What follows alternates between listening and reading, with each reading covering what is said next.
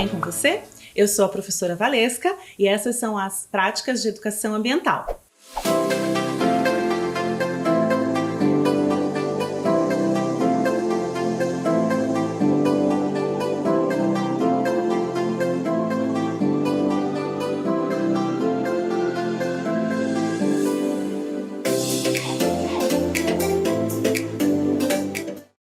As centrais geradoras hidrelétricas, ou como são comumente conhecidas, CGHs, são como mini-usinas hidrelétricas baseadas no conceito da rosca de Arquimedes, aproveitando a queda de água do vertedouro para gerar energia. A energia criada pela CGH Nicolau Klüper é capaz de gerar o equivalente à metade da energia consumida em todo o Parque Barigui mensalmente. Isso seria equivalente a gerar uma quantidade capaz de suprir o consumo energético de 135 casas médias com famílias de até 4 pessoas. Então vocês viram no vídeo que acabou de passar uma filmagem que foi feita lá no Parque Barigui, na mini usina hidrelétrica que funciona lá e foi recentemente inaugurada. Tá? O que é essa mini usina? Ela é uma central geradora hidrelétrica e ela tem por função colocar energia elétrica, disponibilizar energia elétrica para cerca de 50% do parque. Isso seria equivalente a mais ou menos 135 casas com aproximadamente 4 moradores, certo? Quais são as vantagens dessa mini usina hidrelétrica? Por que ela foi colocada lá? A primeira vantagem dela é que, por ela ser uma hidrelétrica funcionar com água, ela é menos poluente, tá? A segunda vantagem é que ela está próxima do local onde vai ser distribuída a energia, consequentemente, existem menos linhas de transmissão, menos locais para serem modificados, né? Menos paisagens precisarão ser modificadas e, dessa forma, a energia fica ali concentrada próximo do parque. Não há necessidade de novas linhas de transmissão, tá certo?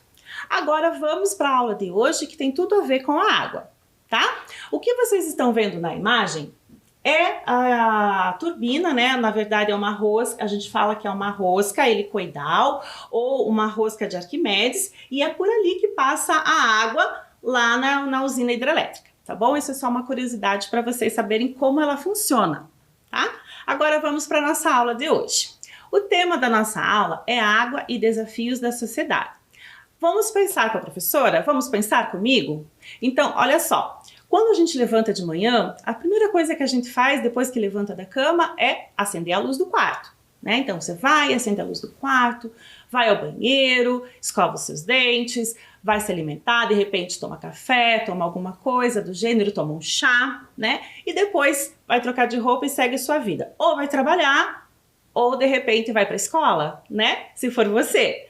Então, vocês perceberam que a água está em todos os processos? Desde acender a luz, porque a energia elétrica, a matriz energética do nosso país e praticamente do mundo todo, é de energia elétrica, tá? Então, a água a água que faz essa transformação, tá? Da força da água para a energia elétrica. Então, a eletricidade basicamente vem da força da água, esquentar o chuveiro na sua casa também é a eletricidade, a própria água que sai do chuveiro, fazer roupas, indústrias de roupas, de vestuário, também tem no seu processo de fazer a roupa, precisa utilizar água.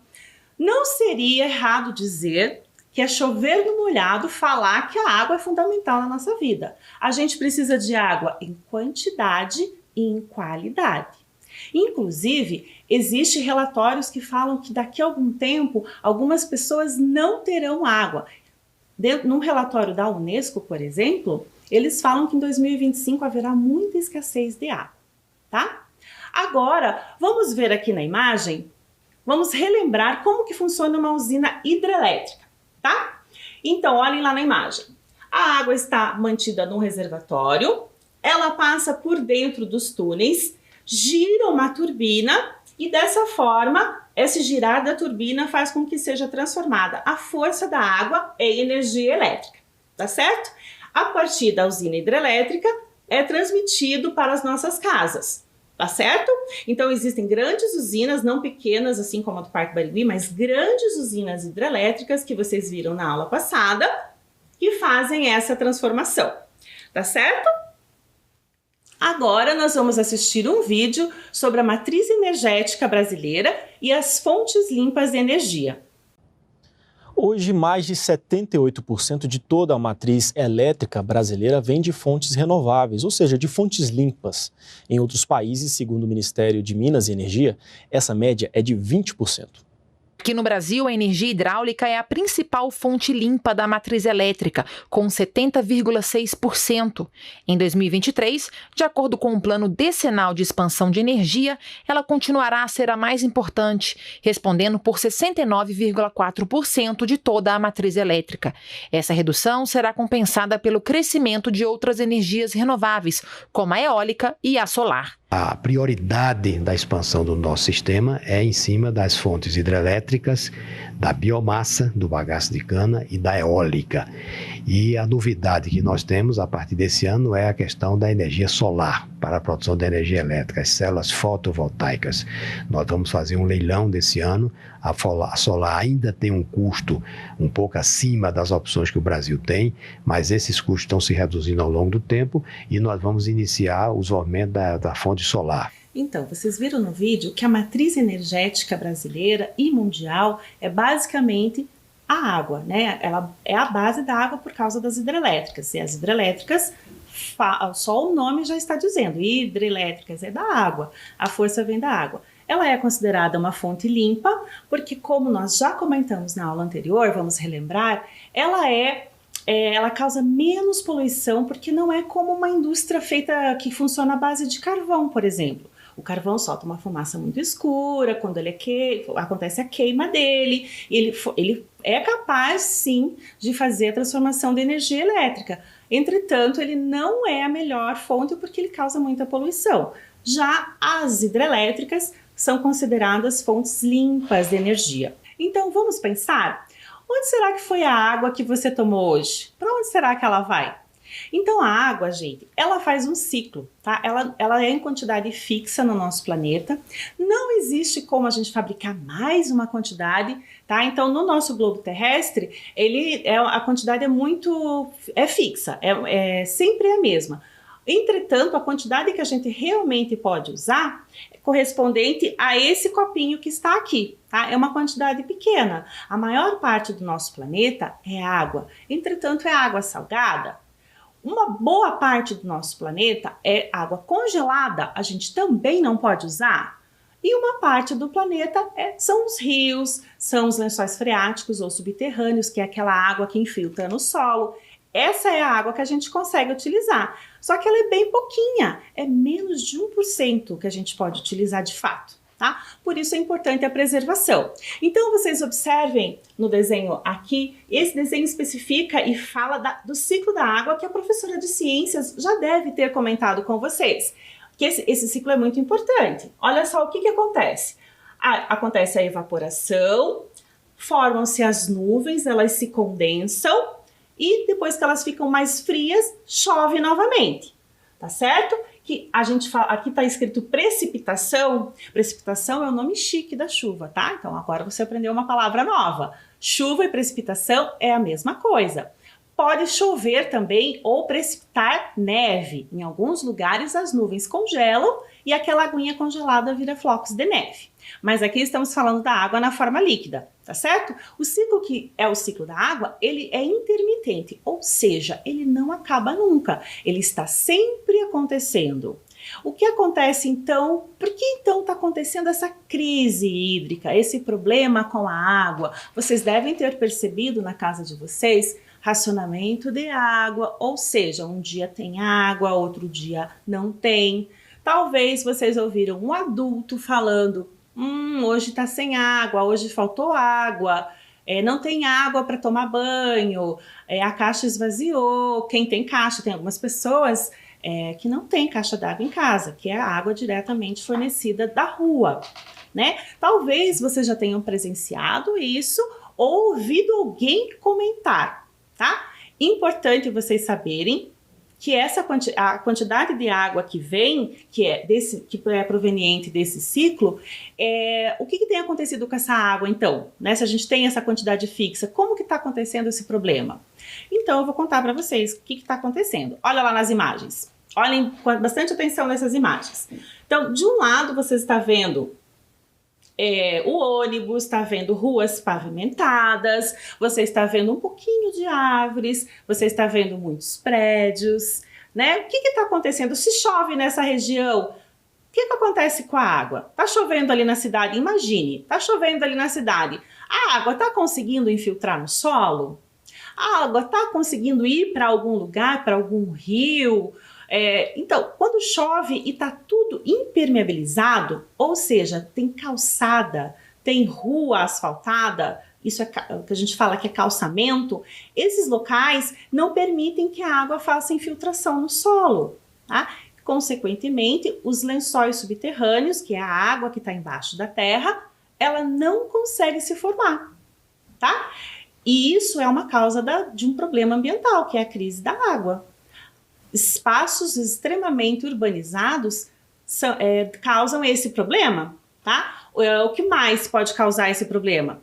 O desmatamento, grandes áreas retiradas de árvores também há uma modificação climática e para de chover, tá? Existem épocas do ano que normalmente não chove, mas não é o caso, por exemplo, agora no inverno chove menos, mas não tem chovido nada, né? Já há algum tempo que não tem chovido a quantidade esperada para cada estação do ano, tá? Então, o desmatamento é uma causa importante. A urbanização, como vocês estão vendo na imagem ali, prédios, casas, ruas pavimentadas, tá? Outra causa é o uso na indústria, uso na pecuária, tá? Isso também está modificando está fazendo com que haja modificação no regime de chuvas. Então, sim, está chovendo menos do que era esperado. Observem a imagem do lado. Vocês estão vendo um lugar bem bacana aqui em Curitiba, que é o Jardim Botânico. Esse espaço tem algum calçamento, como vocês podem olhar ali, que é o espaço onde as pessoas costumam caminhar, né? Mas a maior parte do Jardim Botânico é grama, tem árvores, tem um espaço verde, uma área verde bem considerável. Nesse local, se chover, então agora use a sua imaginação. Está chovendo. O que está acontecendo com a água da chuva? Na maior parte desse espaço do Jardim Botânico está sendo infiltrada no solo. Então está colaborando com a formação dos lençóis subterrâneos, com os lençóis freáticos, formando água por baixo. Essa água por baixo da terra vai escoando e vai acabar alimentando um outro lugar muito importante, que são os rios, que é dos rios que a gente tira a maior parte da nossa fonte de água tratada em casa e propriamente na energia hidrelétrica. É um rio represado na hidrelétrica, tá certo? Vamos passar agora para um vídeo sobre a água e as mudanças climáticas, tá bom?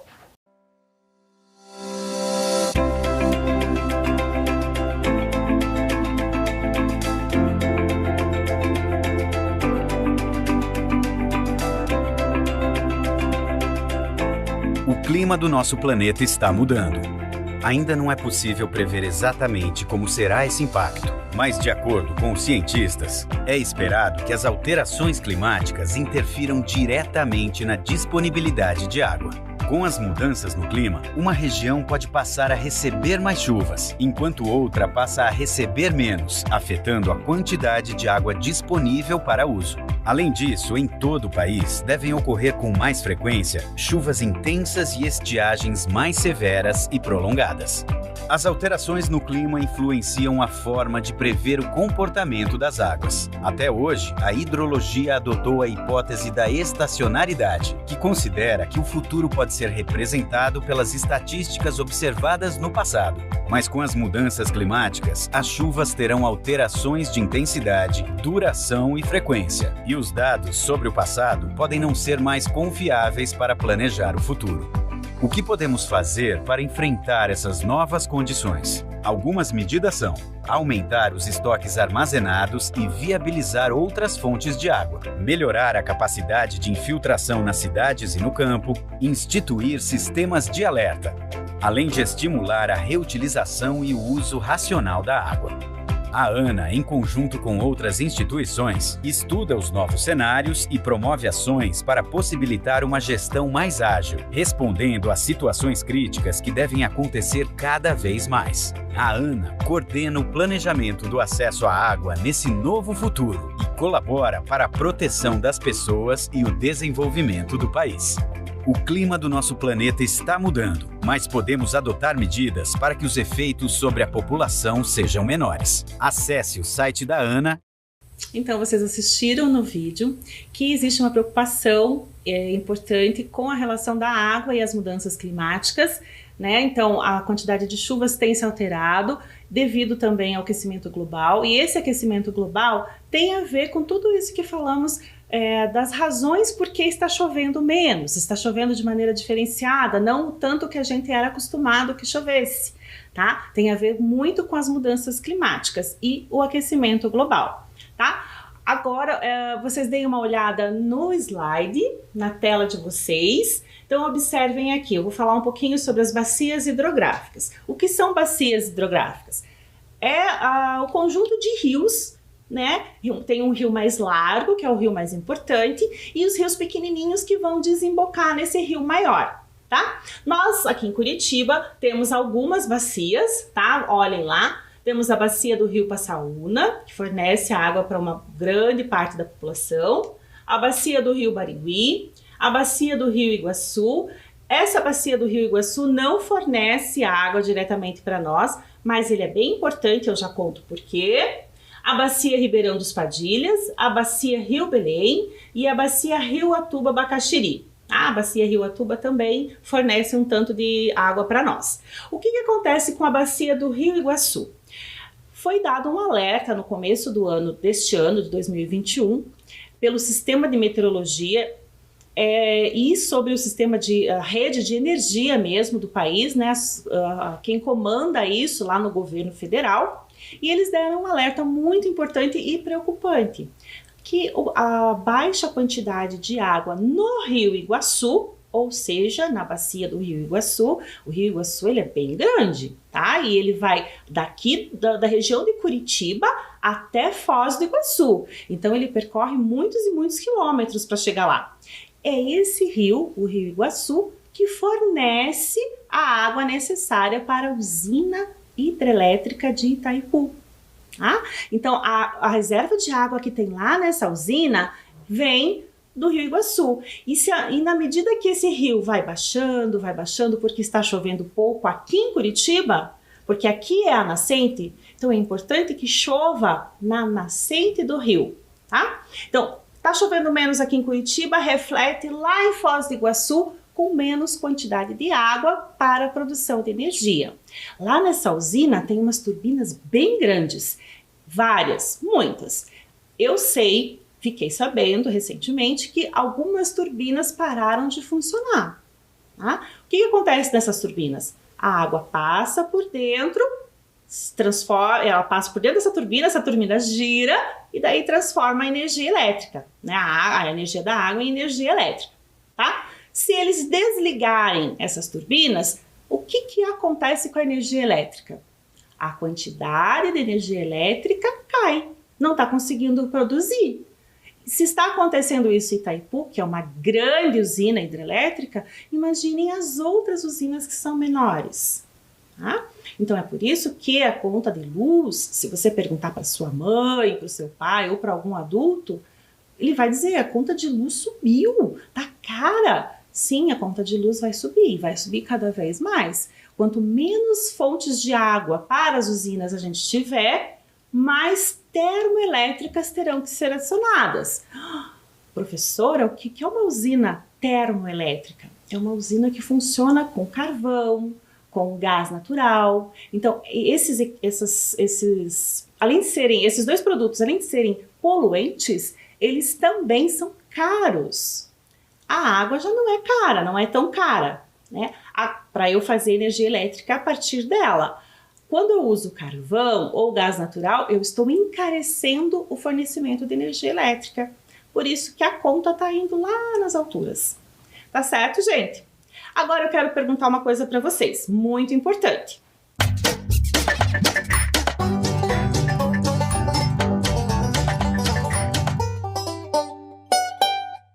Então, para vocês ficarem de olho em casa, eu quero saber se a comunidade, o que é a comunidade de vocês, se ela participa de alguma discussão envolvendo a água.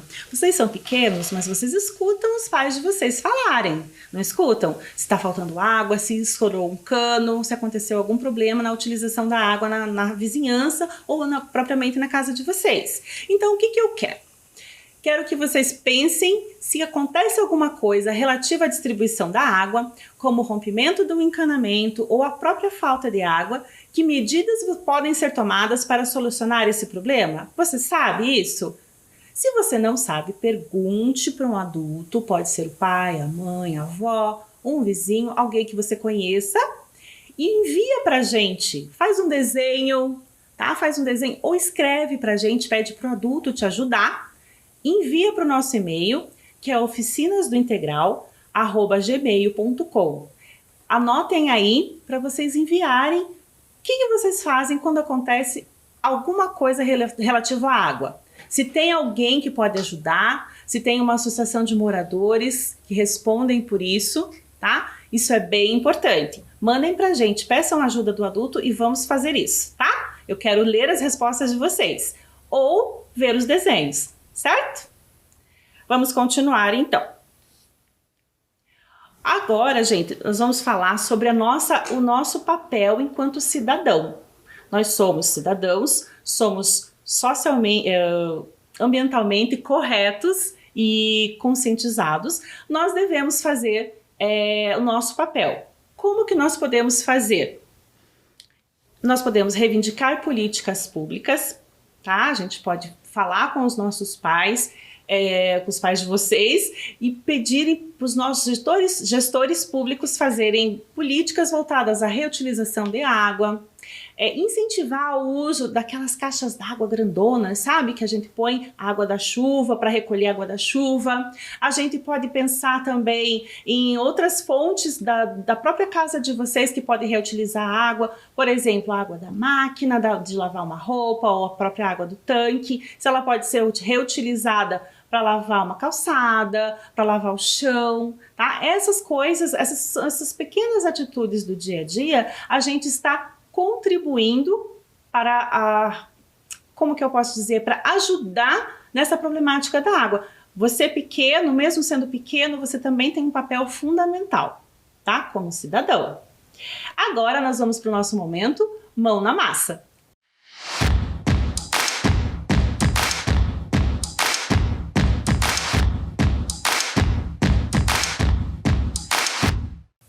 Então agora vocês vão fazer uma atividade comigo, prestem bastante atenção e pensa junto comigo aí, tá? Vamos lá? Questão número 1. Usina que produz energia pela força da água. Como que é o nome dessa usina, gente? Vamos ver quais opções nós temos. Eu tenho opções para te ajudar. Olha lá. Essa é uma usina eólica. Ela produz energia a partir do vento. Isso a gente falou na aula anterior. O vento sopra naquelas hélices, ó, mexe a turbina, transforma a energia do vento em energia elétrica. Legal, né? Agora, vamos ver a outra, uma imagem também. Uma usina hidrelétrica que transforma energia elétrica a partir da água. Pergunto, qual dessas duas produz energia pela água? Pensaram? Tadã! Ficou lá, é a usina hidrelétrica. As usinas hidrelétricas funcionam a partir da força da água. Acertaram? Vamos para a próxima. Tem mais uma, tá? Não é difícil. Vamos acompanhar a leitura com a professora. A água que o sol evapora, para o céu vai embora, virar nuvem de algodão. Esse verso refere-se a quê? Também temos uma imagem. Esse é o ciclo da água, tá? Quando a água evapora, da onde ela está, então ela evapora das pessoas, ela evapora das plantas, da grama, da água, dos mares, E daí forma as nuvens elas ficam mais frias, a água fica na forma líquida novamente, e daí ela chove, é a precipitação. Lembram do ciclo? E ela volta para a Terra. E essa imagem é uma pessoa segurando um montinho de algodão, um pedacinho ali, ó, de algodão. O versinho está falando sobre o ciclo da água ou está falando sobre os pedacinhos de algodão? O que vocês acham? Pensem um pouquinho. Ah, é sobre o ciclo da água. Quem acertou? Muito bem, está de parabéns. Agora nós vamos ao que aprendemos hoje. Então vamos ao que aprendemos hoje. Vamos lembrar aqui? Olha só, apareceu umas letrinhas. Vocês pequenininhos conhecem essas letrinhas? Vamos falar junto comigo? A letrinha laranja é a letra E, a letrinha azul é a letra A letrinha vermelha é a U e a letrinha verde é o I. Vamos ver o que é para fazer com essas letras, será?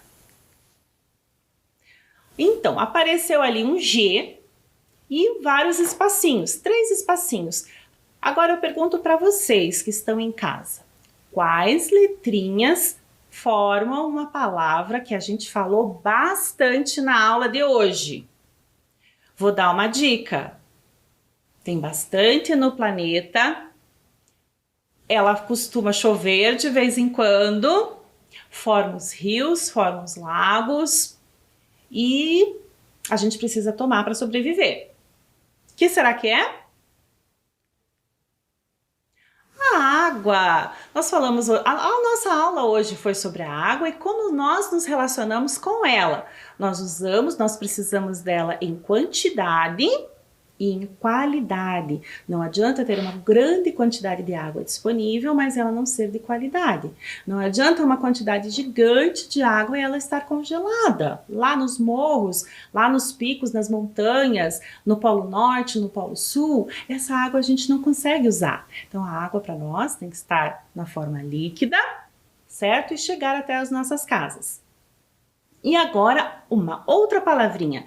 Essa tem mais letrinhas, é mais difícil? Prestem atenção. Olha lá. Agora nós temos lá a letra N, a letra R e a letra G. Nós falamos bastante na aula de hoje, é muito importante para a nossa vida e existem diversas fontes. Ela pode ser feita da água, por exemplo, daí vai lá nas hidrelétricas. Ela pode ser feita pelo vento, que daí é pelas usinas eólicas. Que palavra é essa? Será que tá difícil? Pensem um pouquinho aí em casa. Quais letrinhas nós vamos usar? Ah, outra coisa, pode repetir, tá? Ah lá, o que apareceu? A palavra energia. Então, nós falamos na aula todinha sobre energia, a importância das fontes energéticas sustentáveis e limpas.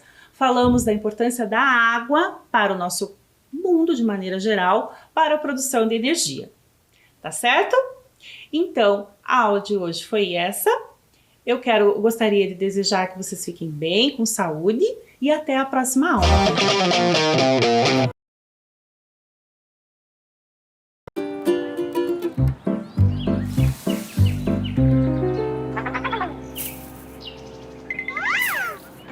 A família Folhas está de volta com um recado para você. Descartar errado, nem pensar.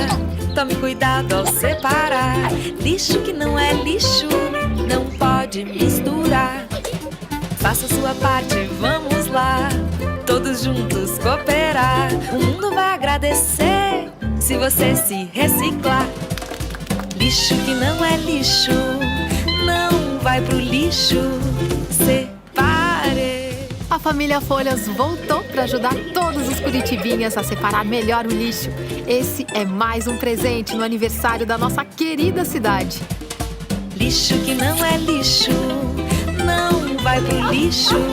Separe. Prefeitura de Curitiba, 329 anos. Orgulho de ser.